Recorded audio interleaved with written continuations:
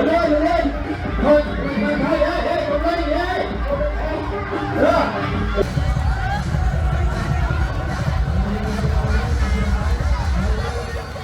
Long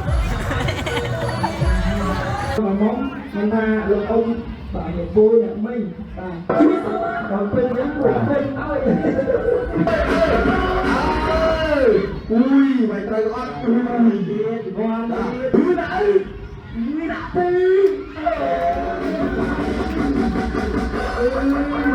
ông chưa bao giờ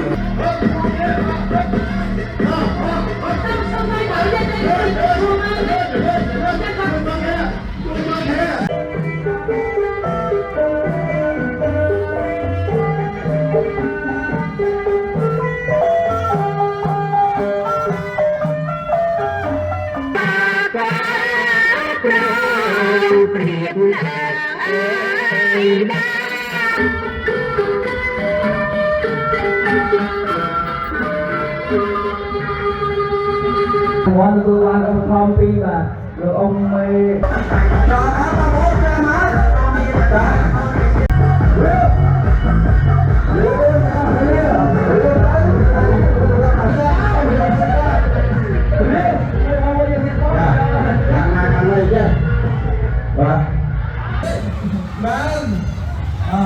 cho anh nấu